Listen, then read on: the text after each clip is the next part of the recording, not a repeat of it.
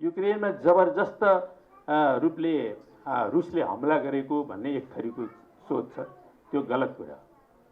युक्रेनले त्यो ढङ्गले रुसलाई निरन्तर त्यो चुनौती नदिएको भए र नाटोसँग त्यो ढङ्गको सम्बन्ध राख्न कोसिस नगरेको भए, म नाटोको सदस्य बन्छु कि बन्छु भनेर ढिपी नकसेको भए र मैत्रीपूर्ण सम्बन्धहरू आफ्ना छिमेकीहरूसँग राखेर विकासको बाटोमा अगाडि बढ्न चाहेको भए, ती भाषाहरूमध्ये नेपाली मात्र यस्तो भाषा रहेछ जसको बारेमा हामीले विश्वविद्यालय खोलेर प्रचार गरेको पनि होइन, कलेज खोलेर प्रचार गरेको पनि होइन, विश्वविद्यालय बनाएर विभिन्न जातिका मान्छेहरूलाई नेपाली भाषा सिकाएको पनि होइन।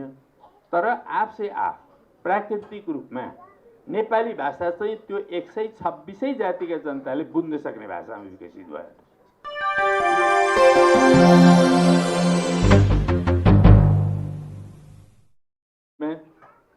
हामी सबैले आफ्ना गुरुहरूलाई सम्झना गर्ने दिन, श्रद्धा गर्ने दिन, नमन गर्ने दिन र उहाँहरूलाई सम्मान गर्दै उहाँहरूबाट प्राप्त भएका शिक्षाहरूलाई हामीले व्यवहारमा लागू गर्न प्रण गर्ने दिन। म पनि सम्झिरहेको छु, मलाई सबैभन्दा पहिले साउ अक्षर र मात्रा सिकाउने मेरो आदरणीय हजुरबा हुनुहुन्थ्यो, उमाकान्त खनाल। म उहाँलाई सम्झन चाहन्छु। त मैले सुरुमा अङ्ग्रेजी पढ्नै पाइनँ। सुरुमा मेरो हजुरबा बुवाहरूले मलाई संस्कृत पढाउनु। गुरुकुल लामो समयदेखि हाम्रो देशमा चलेको शिक्षा हो। त्यही अनुरूप एउटा संस्कृत पाठशाला थियो। त्यो संस्कृत पाठशालामा मैले पढेको सबभन्दा पहिलो पुस्तक भनेको दुर्गा कवच, त्यसपछि चण्डी। दुर्गा कवच र चण्डी मैले कण्ठस्थ पारेँ। त्यसपछि मलाई मेरो सामु एउटा सङ्कट पैदा भयो, किनभने मेरो व्रतबन्ध गरेका थिएन। व्रतबन्ध नगरिकन रुद्री वेद पढ्नु हुँदो रहेनछ बाहुनका छोराले। अनि अब मैले अरू पढ्नुपर्ने त्यति बेलाका जो पाठ्यक्रम थियो त्यो त सिद्धिहालेँ। त्यो कण्ठस्थ विद्या मात्रै थियो त्यति बेला। चण्डीमा के थियो, रुद्रीमा के थियो केही पनि बुझिएन, तर मैले कण्ठस्थ पारेँ।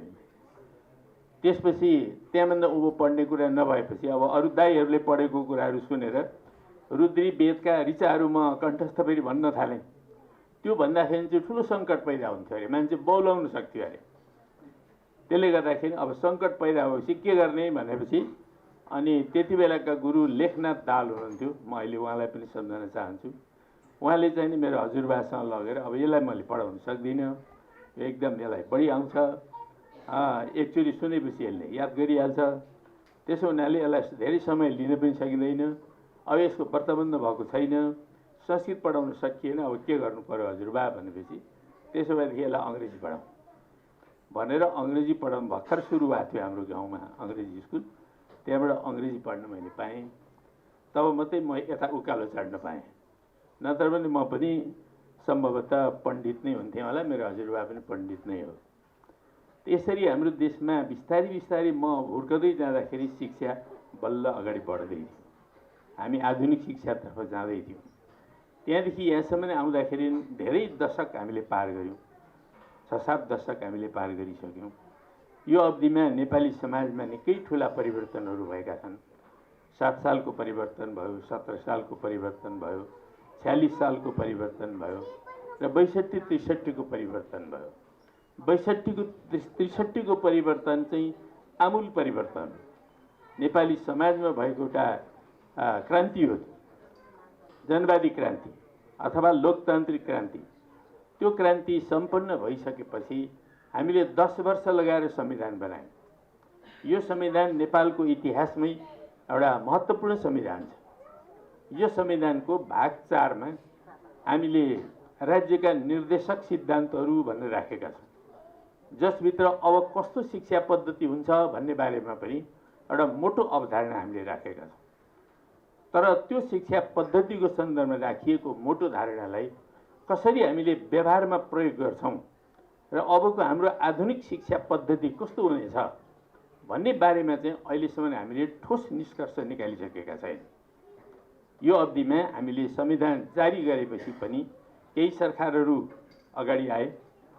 अब यो यी सरकारहरूबाट देश र राष्ट्रले अपेक्षा गरेको कुरा के हो भने संविधान बमोजिम मुलुकको सामाजिक क्षेत्रमा, आर्थिक क्षेत्रमा, राजनीतिक क्षेत्रमा, सांस्कृतिक क्षेत्रमा, शैक्षिक क्षेत्रमा, सबै क्षेत्रहरूमा ठुलो परिवर्तन हुनुपर्छ भन्ने आम जनता र राष्ट्रको अपेक्षा हो।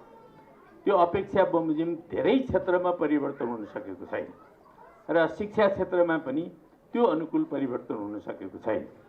कुनै पनि देशको शिक्षा साँच्चै नै त्यो समयानुकूल बन्नुपर्ने हो भने त्यो देशमा कस्तो प्रकारका साधन र स्रोतहरू बाँकी छन्, प्राकृतिक साधन स्रोतहरू, सामाजिक साधन स्रोतहरू, सांस्कृतिक साधन स्रोतहरू कस्ता विद्यमान छन् र तिनीहरूको विकासका निम्ति कस्तो जनशक्ति त्यो राष्ट्रलाई चाहिन्छ। यो हिसाबले त्यो जनशक्ति निर्माण गर्ने हिसाबले हामीले हाम्रो शिक्षा पद्धतिले अथवा त्यो राष्ट्रको शिक्षा पद्धतिलाई हामीले विशिष्ट रूपमा अगाडि बढाउनु पर्ने हो। त्यही हिसाबका करिकुलमहरू हामीले बनाउनु पर्ने हो र त्यही हिसाबको जनशक्ति निर्माण गर्ने उद्देश्यका साथमा हामीले शिक्षालाई अगाडि बढाउनु पर्ने हो। तर त्यो हिसाबले हामीले शिक्षालाई पुनर्गठित गर्न सकेन। सामान्य यस्तो शिक्षा त हामीले दियौँ, एउटा यस्तो व्यक्ति छ जसले 3टा डिग्री एमएका डिग्री लिएको छ तर पनि रोजगारी पाउन सक्दैन, प्रोडक्टिभ काममा लाग्न सक्दैन। यो प्रकारको शिक्षा हामीले दियौँ। तर हामीले हाम्रो देशको उत्पादन कार्यमा, देशको विकास कार्यमा, देशको रूपान्तरण गर्ने काममा केन्द्रित भएर लाग्न सक्ने विशेषज्ञहरू उत्पादन गर्ने काममा हाम्रो शिक्षाले राम्रो फल दिन सकेन। त्यसो हुनाले यसमा आमूलचूल परिवर्तनको जरुरी छ। त्यो परिवर्तनको निम्ति अब पनि हामी अपेक्षा गरिरहेका छौँ। यो संविधानले भनेको मर्म जुन चाहिँ यसको त्यो मर्मको आधारमा मात्रै पनि हामीले शिक्षा व्यवस्थालाई पुनर्गठित गर्यौँ, रूपान्तरित गर्यौँ र यसलाई पुनः नयाँ दिशा दिन सक्यौँ भने देशको शिक्षामा आमूल परिवर्तन आउँछ।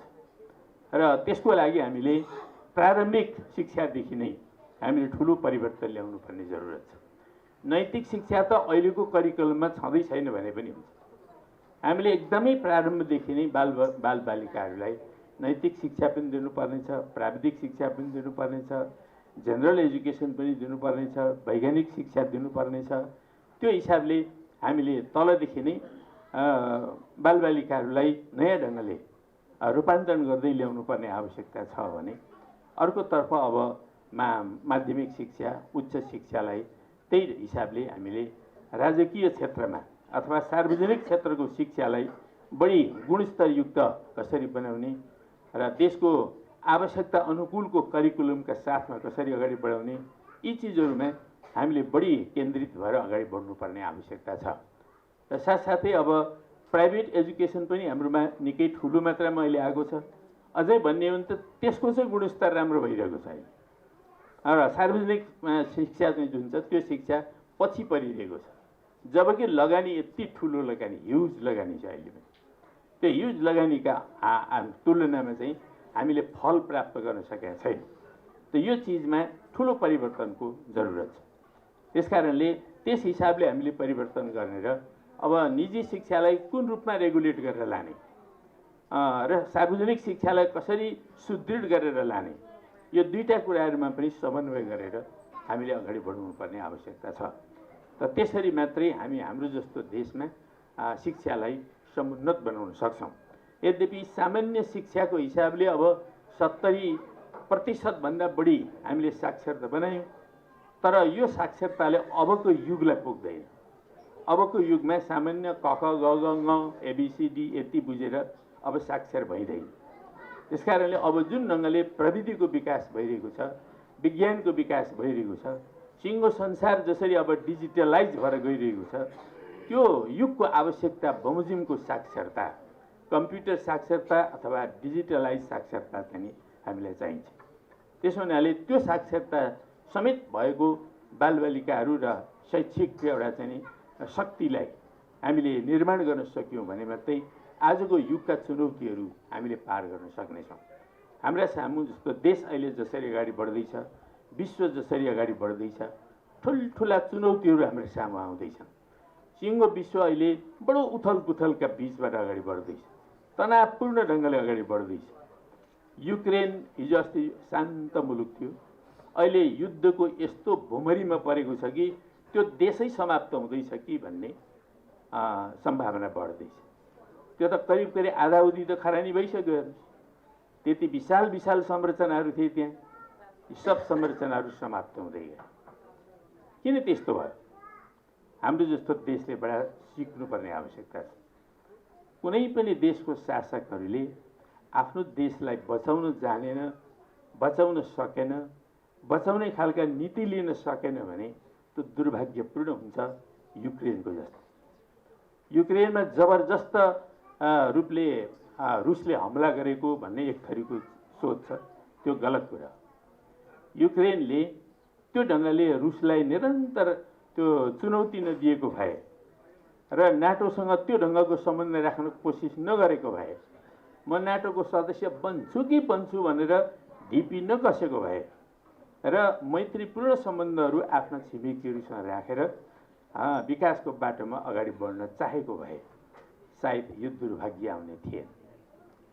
त्यसो हुनाले हामीले त्यस्ता कुराहरूबाट पनि सिक्नुपर्नेछ। अर्को यही दक्षिण एसियामा अहिले श्रीलङ्काको एउटा हालत बनेको छ, सङ्कट।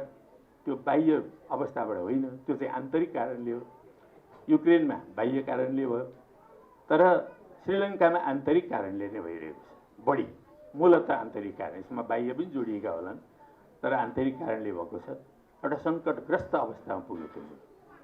यस्ता अवस्थाबाट जोगाउँदै कुनै पनि मुलुकले कसरी अगाडि बढ्ने भन्ने कुरामा पनि हामीले सोच्नुपर्ने स्थिति बनेको छ।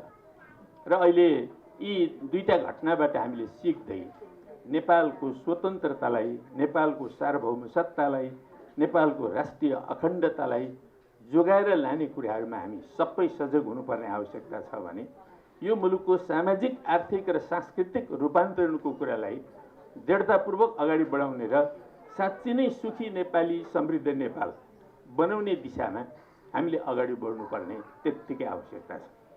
तब मात्रै हामी समग्रमा यो देशको समुन्नति निर्माण गर्न सक्छौँ र एउटा सुखी नागरिकको रूपमा हामी विकसित हुन सक्छौँ। र आजको युवा शक्ति साँच्चै नै हाम्रो देशमा त अब 42% त बाल युवाहरू नै छौँ हामी। त्यसो हुनाले यस्तो बढी जनसङ्ख्या भएको देश यो भाग्यशाली देश पनि हो। एकजना जापानी बुढासँग मेरो कुराकानी भएको थियो केही समय अगाडि। उनी आफै के भन्थे भन्दा हामी 42% बुढा छौँ, तपाईहरू 42% बालबालिका। ठ्याक्कै उल्टो। तपाईँ त एकदमै भाग्यशाली देश। हामीले त धेरै बुढापाकाहरू छन्, उनीहरूलाई बचाउनैमै हाम्रो सारा खर्च हुन्छ। उनीहरूलाई बचाउनै, उनीहरूको स्वास्थ्य, उनीहरूको सुरक्षा आदिमै धेरै ठुलो खर्च हुन्छ। तर हाम्रोमा चाहिँ के हुन्छ भने जति खर्च त्यो युवामा गरिन्छ त्यसले मुलुकको भविष्य बन्छ। उनले भनेको साँच्चै कुरा हो। हामीले जुन लगानी गर्ने कुराहरू गर्छौँ त्यो लगानी खेर जाँदैन। यो युवाहरूमा लगानी गर्ने, बालबालिकाहरूमा लगानी गर्ने कुराले देशको भविष्य बन्छ। त्यसो हुनाले तर जति लगानी भइरहेको छ त्यो कतै बालुवामा हालेको पानी जस्तो त भइरहेको छैन भन्ने प्रश्न चाहिँ अहिले पनि उठिरहेको अवस्था छ। त्यसो हुनाले त्यसलाई ठिक डिरेक्सनमा लगेर हाम्रो देशको शिक्षा व्यवस्थालाई मात्रै राम्रो गर्यौँ भने, के कुरा साँचो हो भने शिक्षालाई राम्रो गर्न सक्यौँ भने देशको विकासका, देशको राष्ट्रिय जीवनका सबै पक्षहरू प्रभावित हुन्छ। चाहे त्यो अर्थतन्त्र भन्नुहोस्, चाहे कृषि भन्नुहोस्, चाहे उद्योग भन्नुहोस्, चाहे साइन्सको क्षेत्र भन्नुहोस्, टेक्नोलोजीको क्षेत्र भन्नुहोस्, कुनै पनि क्षेत्र प्रभावित हुन्छ भन्ने कुरा स्वतः सिद्ध छ। त्यसो हुनाले आजको यो कार्यक्रममा जुन विषयमा चर्चा भएको छ शिक्षाको बारेमा, देशलाई साँच्चै नै एउटा उन्नत किसिमको शिक्षा पद्धतिमा रूपान्तरण गर्नुपर्ने आवश्यकता छ। र त्यसका लागि हामीसँग व्यापक सम्भावना छन्। चुनौतीहरू त जहिले पनि हुन्छन्, त्यसका विरुद्ध जुधेरी अगाडि बढ्नुपर्छ। सम्भावना हामीसँग विशाल छन्, त्यो सम्भावनालाई साकार पार्दै हामीले अगाडि बढ्न सक्नुपर्छ। तब मात्रै यो गुरु पूर्णिमाको कुरा पनि साकार हुन्छ। साथसाथै आज भानु जयन्ती पनि परेछ। भानु जयन्ती, भानुभक्तले नेपाली भाषालाई विकास गर्न र विस्तार गर्न जुन जति भूमिका खेल्नुभयो त्यो पनि एउटा महत्त्वपूर्ण भूमिका हो।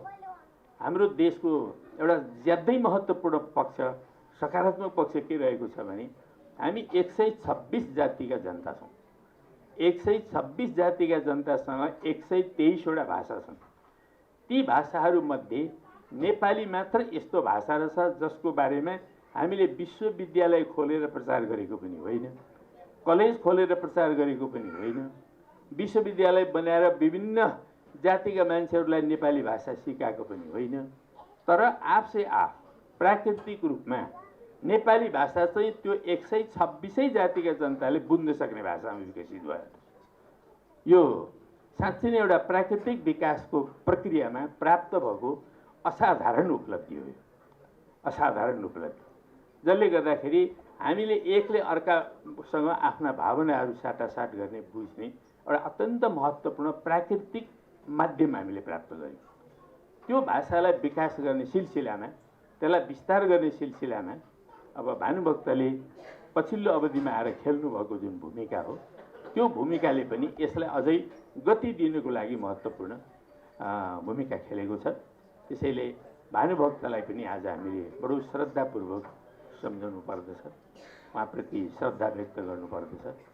र त्यसको साथसाथै अब हामीले अगाडि बढ्ने बाटो खोजिरहँदाखेरि अब नेपालले अगाडि बढ्ने बाटो अहिलेलाई हामीलाई यो संविधानले देखाएको छ। संविधानले नै अब हाम्रो देशमा अबको अवस्थामा चाहिँ हामीले समाजवादतर्फ जानुपर्छ भन्ने कुरा उसले बताइसकेकै छ। त्यसो हुनाले हाम्रो देशमा लोकतान्त्रिक क्रान्ति हामीले सम्पन्न गऱ्यौँ। अब समाजवादको रूपान्तरण, समाजवादका आधार निर्माण गर्ने, समाजवाद निर्माण गर्ने दिशातर्फ हामीले अगाडि बढ्नुपर्छ। समाजवादले मात्रै हाम्रा सबै प्रकारका, चाहे घाँस बाँस कपासका समस्या हुन्, चाहे शिक्षा र स्वास्थ्यका समस्याहरू हुन्, चाहे आर्थिक समृद्धिका समस्याहरू हुन्, चाहे हर क्षेत्रमा समानता स्थापना गर्ने समस्याहरू हुन्, ती सम्पूर्ण समस्याहरूको समाधान त्यसले गर्छ।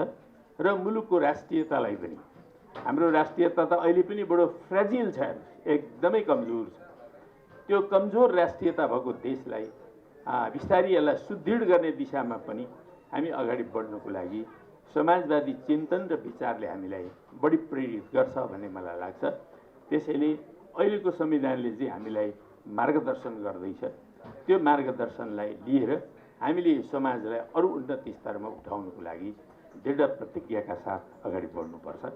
यति कुराहरू राख्दै आजका आयोजकहरूले जुन ढङ्गले यो कार्यक्रमको आयोजना गर्नुभएको छ, मलाई त झन्डै झन्डै बेहुलो जस्तै बनाइदिनु भएको छ। यो ढङ्गले चाहिँ स्वागत पनि गर्नुभएको छ। आयोजकहरूलाई म धेरै धेरै मुरी धन्यवाद दिन चाहन्छु। र हाम्रा गुरुहरूलाई जसले आज बालबच्चाहरूलाई आलोक, शिक्षाको आलोक दिइरहनु भएको छ, मार्गदर्शन गरिरहनु भएको छ, बालबालिकाहरूलाई एउटा नयाँ ज्योति दिइरहनु भएको छ र भविष्य निर्माण गर्ने काममा योगदान पुर्याइरहनु भएको छ। यहाँहरूलाई जुन ढङ्गले मैले आज सम्मान गर्ने, मेरो हातबाट सम्मान गर्ने मौका प्राप्त गरेँ, म गर्व गर्छु। यहाँहरूलाई फेरि पनि हार्दिक बधाई ज्ञापन गर्छु। यहाँहरूको भविष्य सुखमय होस् र अरू धेरै योगदान गर्न सक्नुहोस् भन्ने म हार्दिक शुभकामना पनि व्यक्त गर्दै यहाँहरूसँग बिदा हुन्छु। धन्यवाद।